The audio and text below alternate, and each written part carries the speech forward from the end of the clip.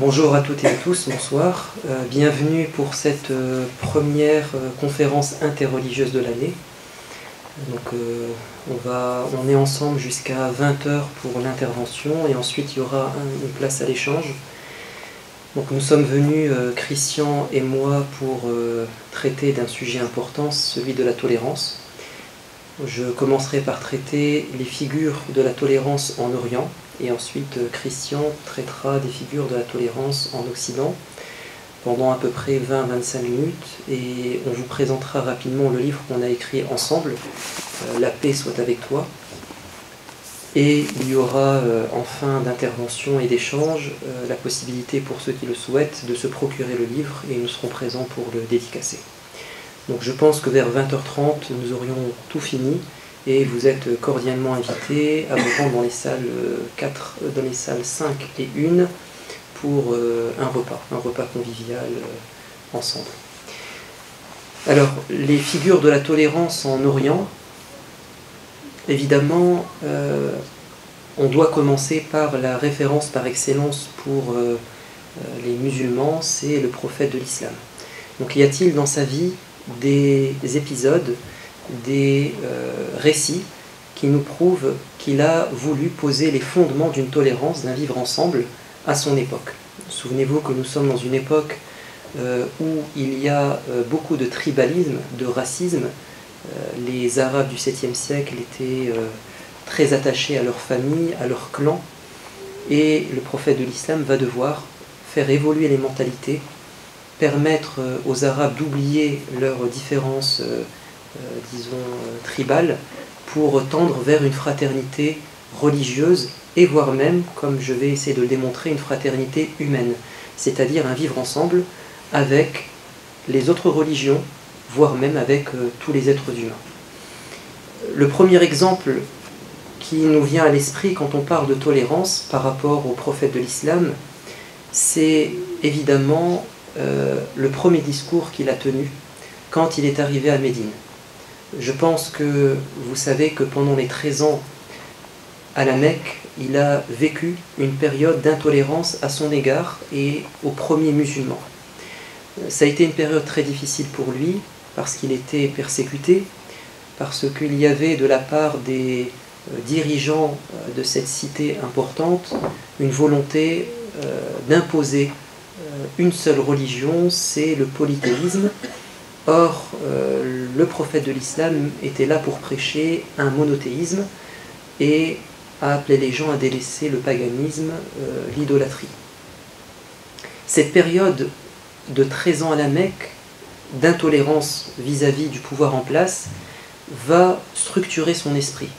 C'est-à-dire qu'il va vivre une expérience douloureuse dont il sera, lui et ses adeptes, victimes, et ça va lui permettre de comprendre que l'intolérance n'est pas une philosophie de vie.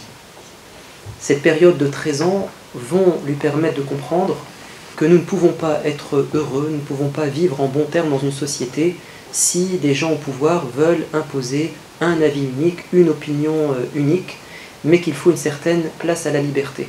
Durant ces 13 ans à la Mecque de prédication, il va tenter de trouver dans la société des gens humanistes, attachés à une valeur fondamentale de liberté, de vivre ensemble, et il va en trouver. Et ça aussi, ça va le marquer. Par exemple, lors de sa prédication, il va tenter de trouver refuge dans une cité qui s'appelle Taïf, qui est à quelques dizaines de kilomètres de la Mecque. Il va se rendre dans cette cité, il va proposer sa religion, on va refuser, et il va leur demander l'asile. Mais les dirigeants de cette cité vont le chasser à coups de pierre, et il va devoir retourner chez lui, à la Mecque. Sauf que le fait qu'il ait tenté de se sauver, de s'extrader de la cité, ça l'a mis en danger. Et donc il devait absolument trouver, pour retourner à la Mecque et être protégé, il devait absolument trouver un homme influent qui allait le mettre sous sa protection. Et il se trouve qu'il y avait un homme qui ne partageait pas sa religion, mais qui était sensible à sa cause, et il va lui accorder la protection. il s'appelle Al-Mut'im ibn Adi, et c'est grâce à cet homme qu'il pourra pendant encore quelques années vivre à la Mecque sous protection. Et il ne va jamais oublier cette preuve de tolérance et d'humanisme, puisque quelques années plus tard, une fois à Médine, il va y avoir une première bataille entre les habitants de Médine et les habitants de la Mecque, la fameuse bataille de Badr, en l'année 2 de l'Hégire, et il va y avoir des prisonniers. Les musulmans vont gagner la bataille, ils vont mettre la main sur 70 prisonniers. Et là, il va avoir une parole qui nous a été rapportée, dans laquelle il dit « Si Al-Mut'im ibn Adi, c'est-à-dire cet homme qui l'avait protégé, était vivant, il se trouve qu'il était décédé, et qu'il venait aujourd'hui me demander de libérer tous ces prisonniers en retour pour la protection qu'il m'a accordée, je le ferai. C'est-à-dire, j'ai été profondément marqué par l'humanisme de cet homme, par sa tolérance, et pour lui faire plaisir, je serai prêt à affranchir ces 70 prisonniers. » Ce qui prouve que cette période de 13 ans à la Mecque l'ont vraiment profondément affecté. Il a compris que l'intolérance était un danger pour la société, et il a en même temps compris qu'il y aurait toujours dans une société des gens tolérants, et il en a bénéficié. Qu'est-ce qu'il fera de ces 70 prisonniers? Il va les libérer en échange d'une rançon. Et nous savons qu'il va demander pour les riches que leur famille donne une rançon, mais pour ceux qui n'ont pas les moyens, d'enseigner la lecture et l'écriture à 10 enfants musulmans de Médine, et qui pouvaient sortir 10 enfants de l'analphabétisme, pouvaient retourner chez lui sains et saufs, c'était sa rançon. Et ça, c'est une preuve de tolérance de la part du prophète de l'islam. À Médine, il va poser les pierres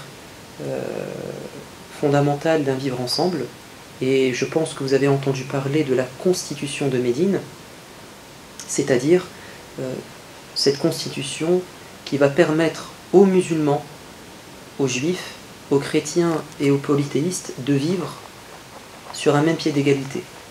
Et nous avons un document historique qui existe encore aujourd'hui avec ce traité, ce pacte, dans lequel il est dit par exemple la communauté juive et la communauté musulmane vivent ensemble côte à côte. Chacun a sa religion et nous devons, en cas d'agression extérieure, se montrer solidaires contre notre ennemi commun. Et cette constitution de Médine est un document historique important qui nous prouve que le prophète de l'islam avait cette vision du vivre ensemble dans la société. Quelques années plus tard, en l'année 9, il va recevoir une délégation de chrétiens de l'Abyssinie, à peu près 70, des dignitaires religieux, qui vont venir dans sa mosquée. Et le prophète de l'islam va les faire entrer dans la salle de prière, et il va y avoir un débat théologique sur la nature de Jésus. Et aucune des deux parties, que ce soit du côté chrétien que du côté musulman, ne va tenter d'imposer à l'autre sa vision des choses. Il va y avoir un débat, chacun va camper sur ses positions, mais au final, ils vont se séparer, en bons termes. Tellement en bons termes que le prophète de l'islam va leur signer un pacte ou un traité de protection, dont je vais vous lire quelques passages, dans lequel il leur accorde toute la protection qu'ils méritent.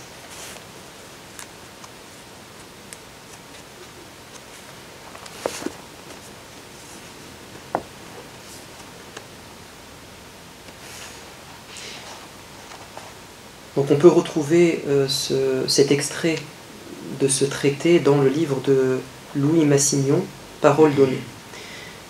Les chrétiens de Najran sont sous la protection de Dieu et de Mohammed le prophète, qui s'étend à leur personne, leur religion, leurs terres, leurs propriétés, leurs absents, leurs présents, leurs clans et ceux qui les suivent.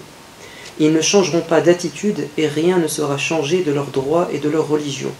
Aucun évêque ne sera déplacé de son siège épiscopal, ni aucun moine de son monastère, rien ne sera touché se trouvant en leur possession, aucun intérêt aux emprunts ne pèsera sur eux, ni le sang d'aucune vengeance antérieure datant de l'époque du paganisme.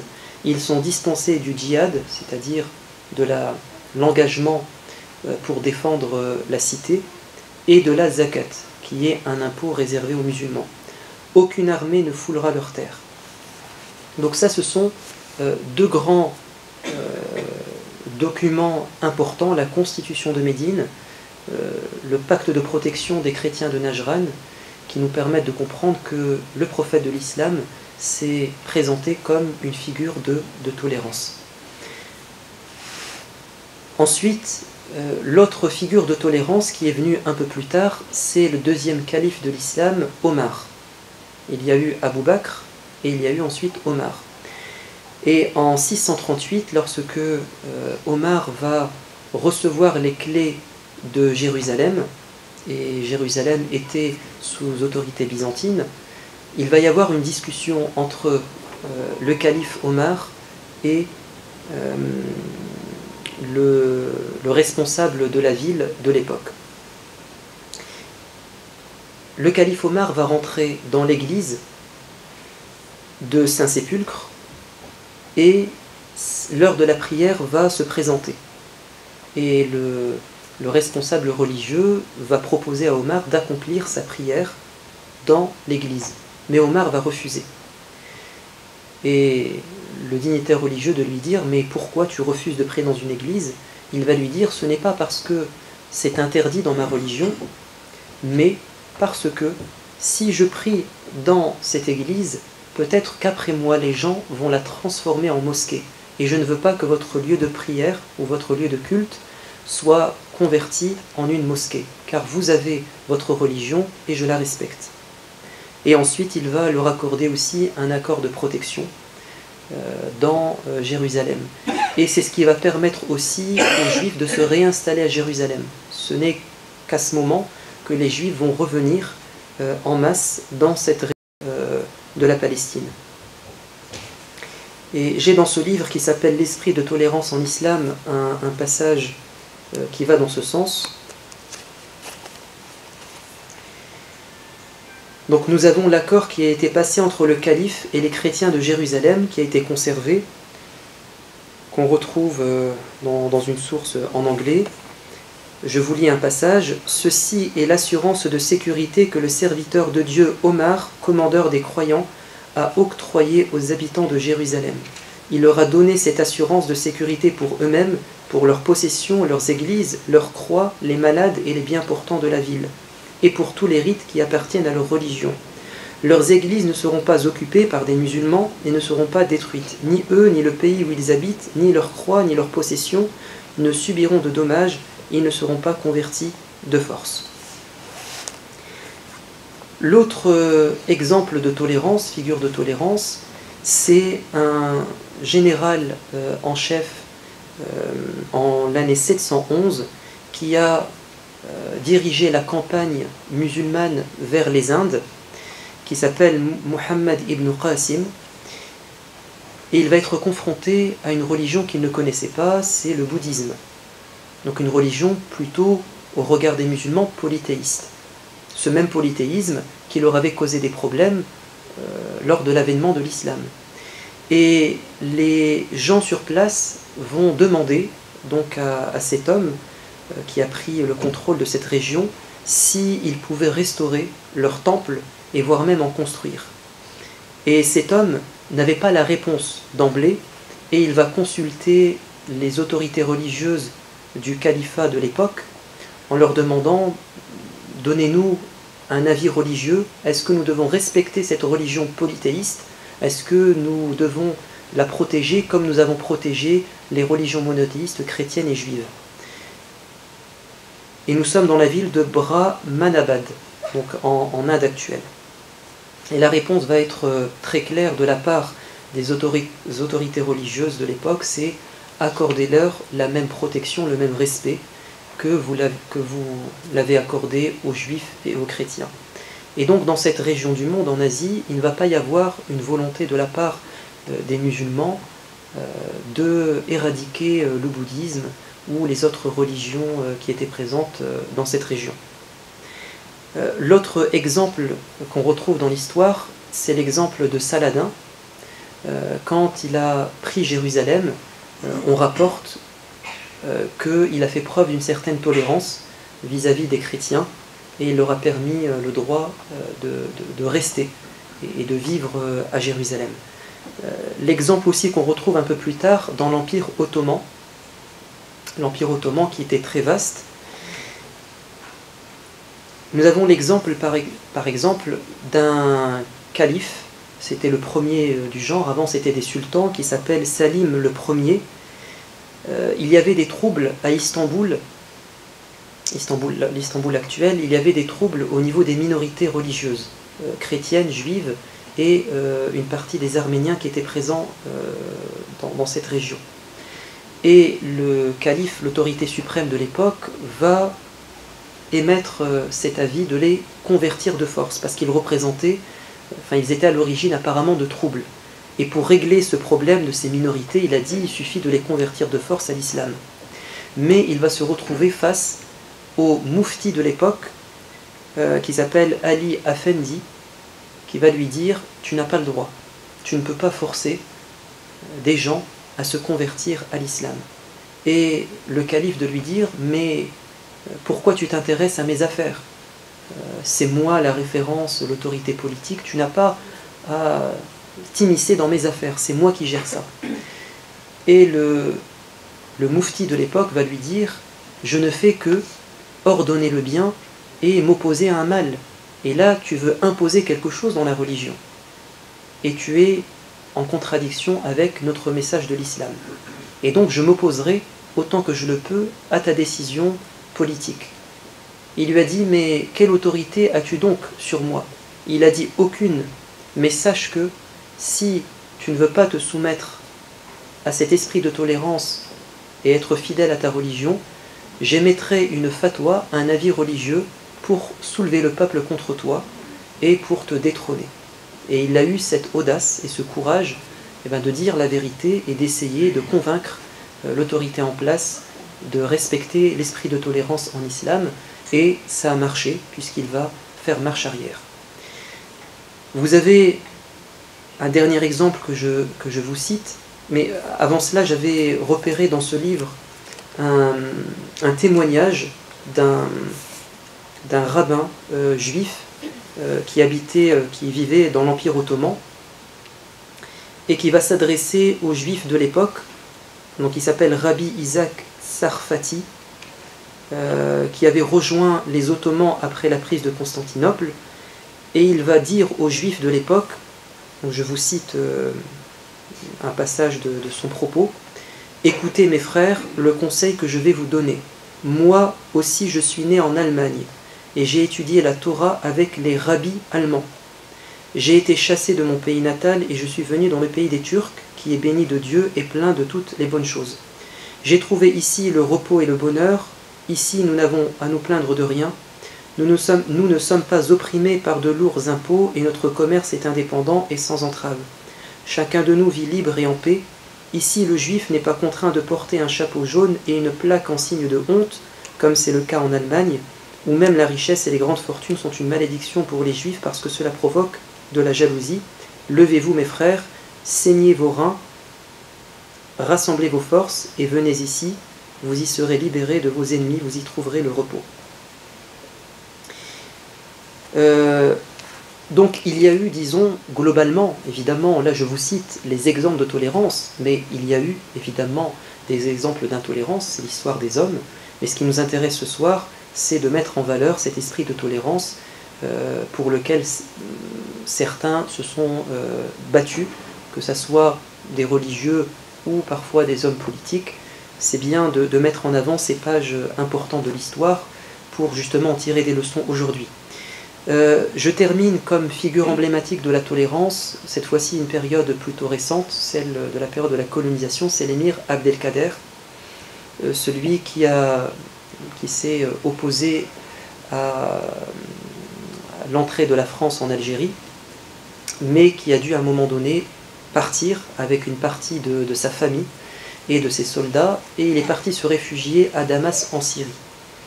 Et à un moment donné, il va y avoir au Liban un conflit entre les autorités musulmanes de l'époque et certains chrétiens au Liban.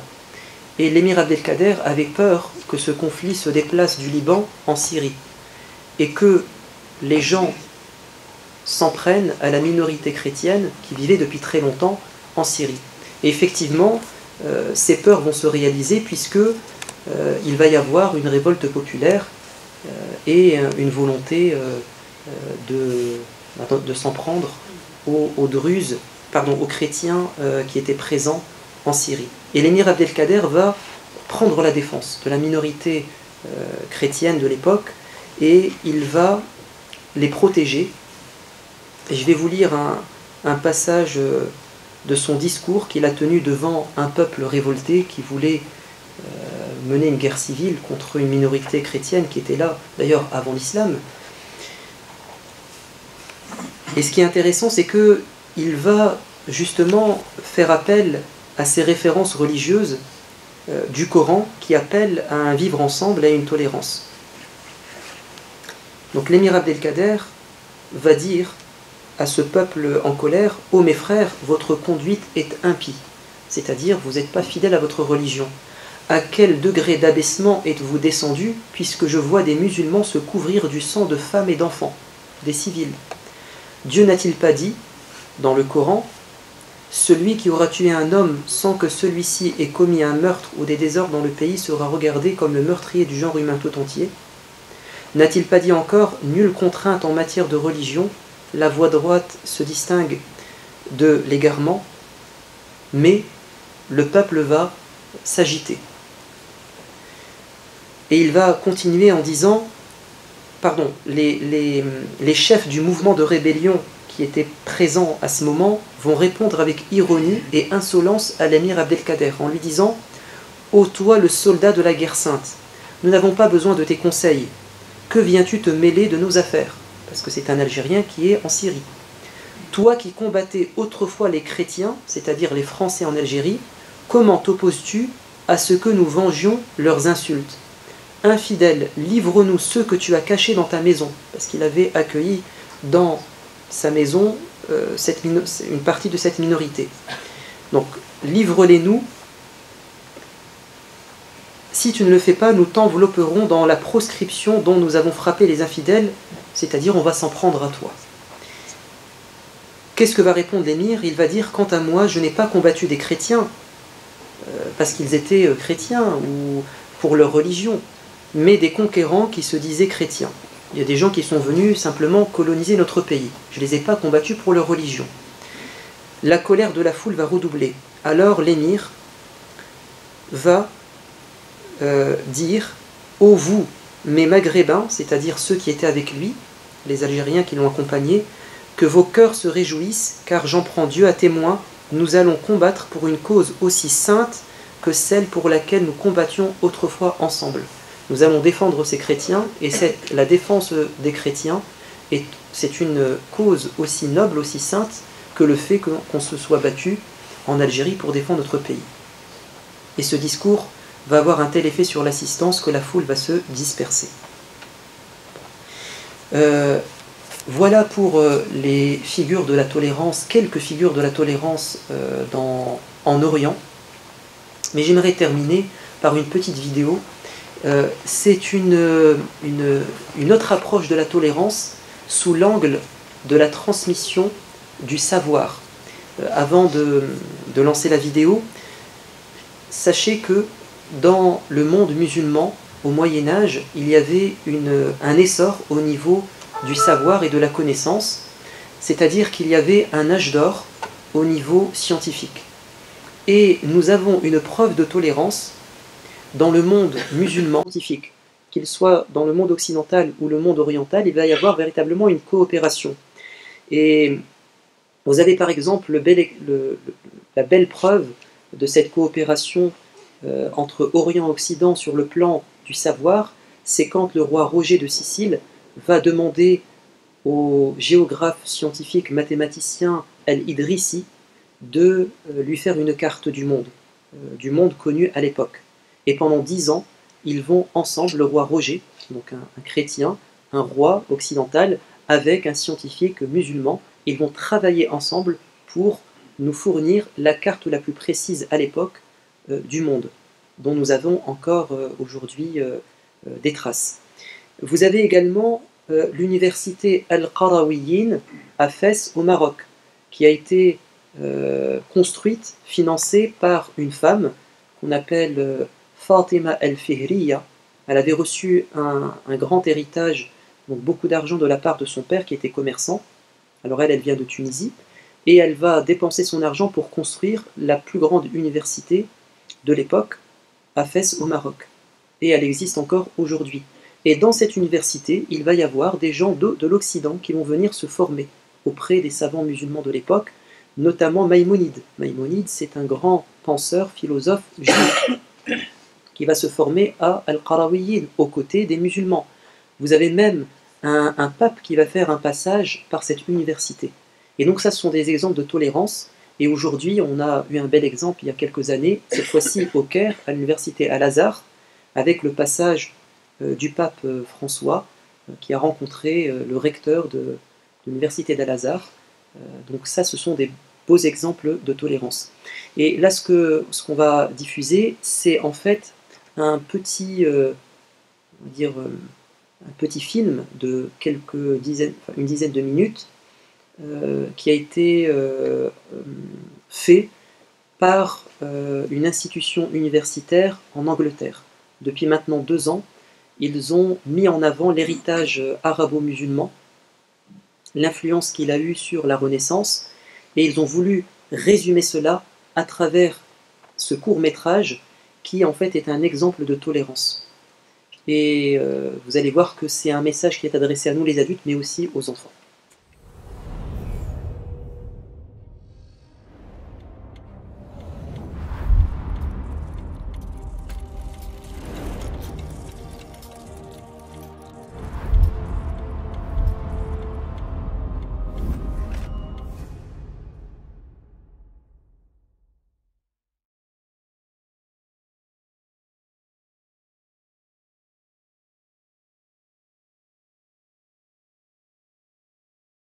J'espère que ça va être bien. Venez, c'est par ici. Allez, venez. C'est chouette. Écoutez, les enfants. Chut.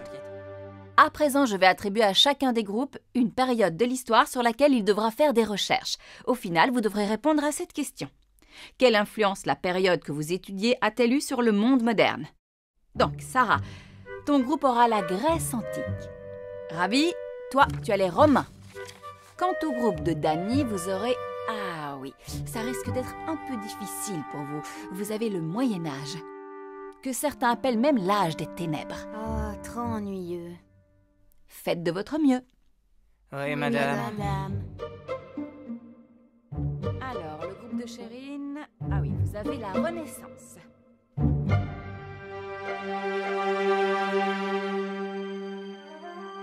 C'est le bibliothécaire? Ouais, je crois. Franchement, quelle influence l'âge des ténèbres a-t-il pu avoir sur notre époque? Excusez-moi. Désolé de vous déranger. Que voulez-vous? Nous devons trouver quelle influence l'âge des ténèbres a eu sur le monde moderne. Nulle autre période de l'histoire humaine ne fut si mal nommée. Ne touche pas. Ça a beaucoup de valeur. Et je suppose que l'on vous a rempli la tête avec les clichés habituels, hein? Un millénaire gâché? Un trou noir dans l'histoire? J'ai raison? Oui, en quelque sorte. Il en est toujours ainsi. Vous partez du principe que c'était une époque où tout n'était que crasse, maladie, mort et destruction, une époque où des hordes de barbares détruisirent des civilisations entières, brûlant et pillant tout sur leur passage, une époque sans progrès ni invention. C'est ça? Oh, non, non, non. Non, non, non. C'est bon, allez-vous-en. Désolé de vous avoir dérangé. Allez, venez, ça sert à rien de rester. Tout le monde sait que ce sont les Grecs et les Romains qui ont tout inventé de toute façon. Oh, vous le pensez vraiment? Vous êtes persuadé que c'est le cas, n'est-ce pas? Au final, j'ai peut-être quelque chose pour vous. Vous semblez être à la hauteur. Je suppose que je pourrais... Suivez-moi. J'ai exactement le livre qu'il vous faut.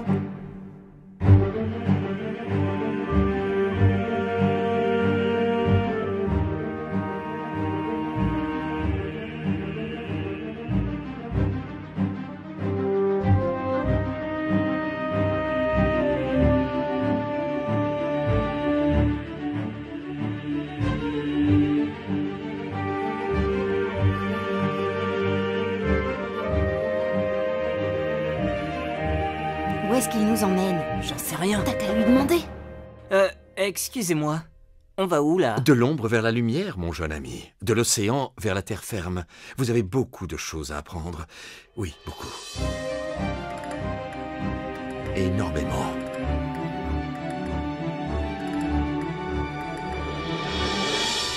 Bon, alors, je sais que je l'ai laissé quelque part par ici.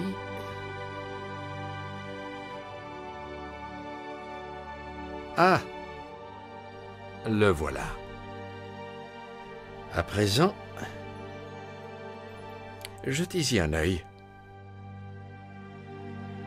Si vous l'osez.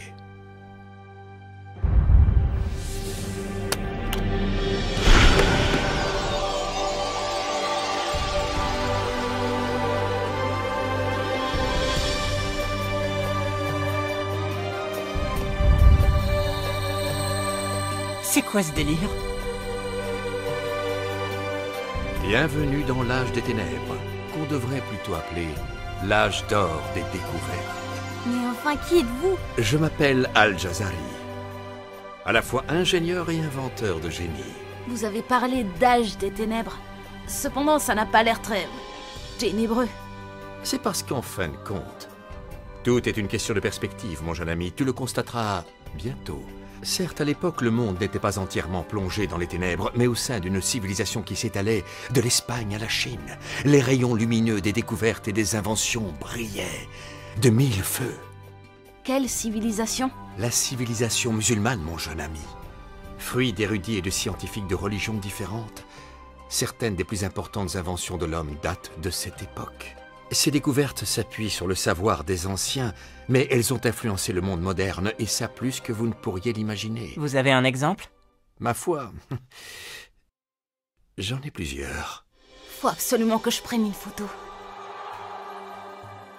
Oui, je savais que c'était une bonne idée. Vous êtes qui, vous? Permettez-moi de vous présenter Ibn al-Haytham, un grand homme de science, dont les travaux menèrent à l'invention de l'appareil photo. Vous avez inventé l'appareil photo? J'ai jeté les bases de l'appareil photo moderne en expliquant comment nos yeux fonctionnaient. En fait, j'ai découvert comment on pouvait projeter une image sur une autre surface à travers un petit trou dans une pièce sombre, pièce que l'on appellera plus tard chambre noire. Songez à toutes les choses auxquelles cette découverte a donné naissance. La photographie, le cinéma. Tous deux sont basés sur le même principe. Cool. Attention en dessous! C'est qui, lui? Lui, c'est mon très bon ami, Abbas ibn Fernas, qui a contemplé le ciel en étant fort persuadé que l'homme pouvait voler. Wow. En fait, il a osé rêver que l'homme pourrait voler 1000 ans avant les frères Wright. La prochaine fois que vous prendrez un avion pour partir en vacances, n'oubliez pas que quelque part, c'est grâce à Abbas ibn Fernas. Reculez! Je suis prêt à voler tel un oiseau!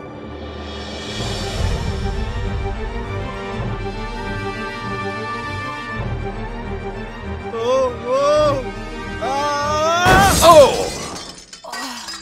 Toutefois, il avait oublié une chose, une queue, c'est utile pour atterrir. Ah! Mon dos! Ah! Y a-t-il un médecin par ici? Ah, mon vieil ami, pourquoi ne pas vous présenter à mes jeunes invités? Eh bien, je m'appelle Aboul Kassim Al-Zahraoui. Pour beaucoup, je suis le père de la chirurgie. Vous opériez vraiment les gens à l'époque? Bien sûr que nous le faisions. Oui, et en fait, un grand nombre d'outils chirurgicaux que j'ai inventés sont toujours utilisés dans vos hôpitaux aujourd'hui. Pardonnez-moi. Un patient requiert mon attention. Scalpel! Je crois qu'il me faut des points de suture. Eh bien, dans ce cas-là, je vais utiliser du boyau de chat. Du boyau de chat? J'utilise les boyaux d'animaux. C'est vraiment utile pour recoudre les lésions internes. Vos chirurgiens en utilisent encore aujourd'hui. Excusez-moi, le devoir m'appelle.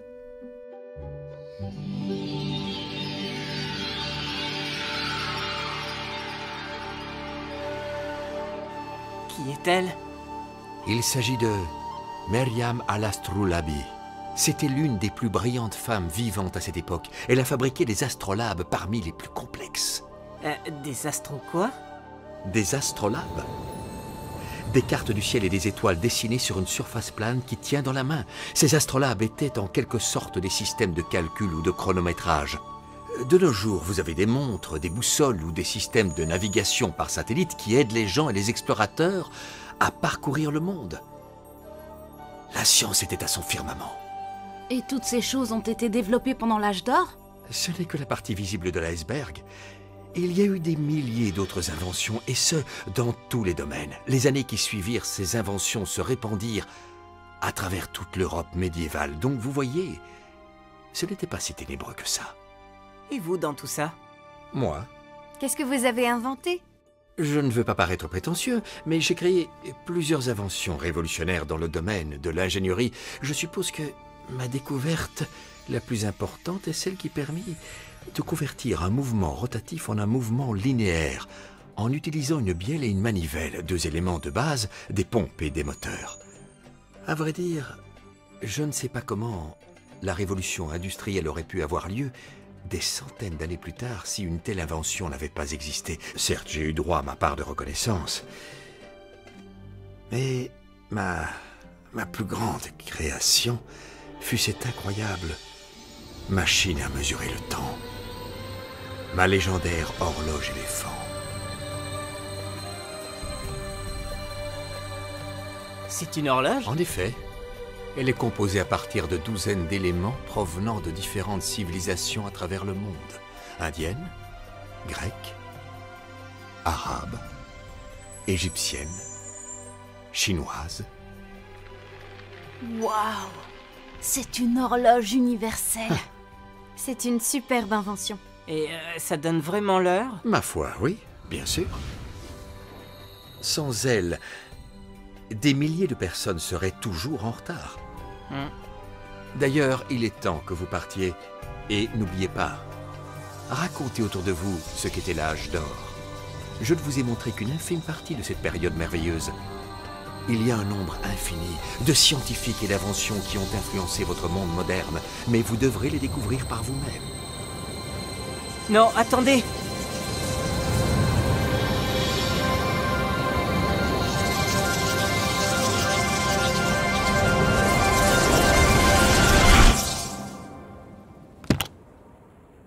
Wow! Vous avez... Ouais. C'était loin d'être ennuyeux. Venez, on va être en retard.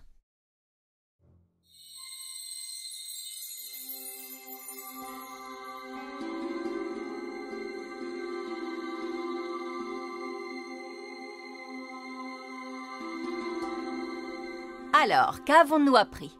Les périodes romaines, grecques, celles de la Renaissance et aussi celles de la Révolution industrielle ont toutes grandement influencé notre monde moderne. Où est le groupe de Danny? Il est là, madame. Ah, voilà nos spécialistes de l'âge des ténèbres. Vous avez dû avoir du mal à trouver le moindre lien reliant cette période à notre époque. En fait, madame, je dois avouer que ce n'était pas aussi difficile.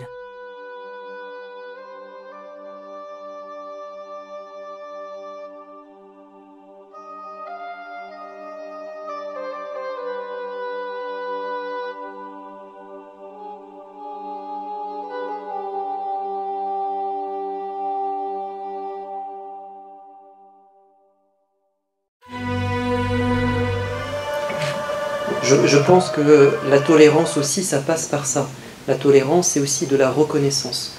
Le fait de diffuser cette idée qu'il n'y a pas de conflit de civilisation, il n'y a pas de choc des civilisations, mais à travers l'histoire, certes, il y a eu des moments difficiles, il y a eu des guerres, mais il y a eu aussi des échanges de connaissances, il y a eu des échanges de bons procédés, et chaque civilisation est redevable de celle qui l'a précédée.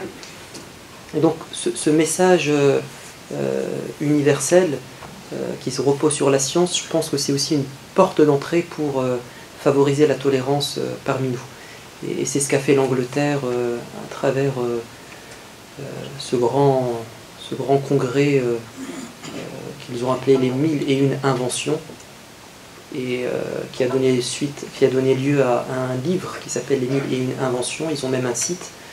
Je trouve que c'est pas mal.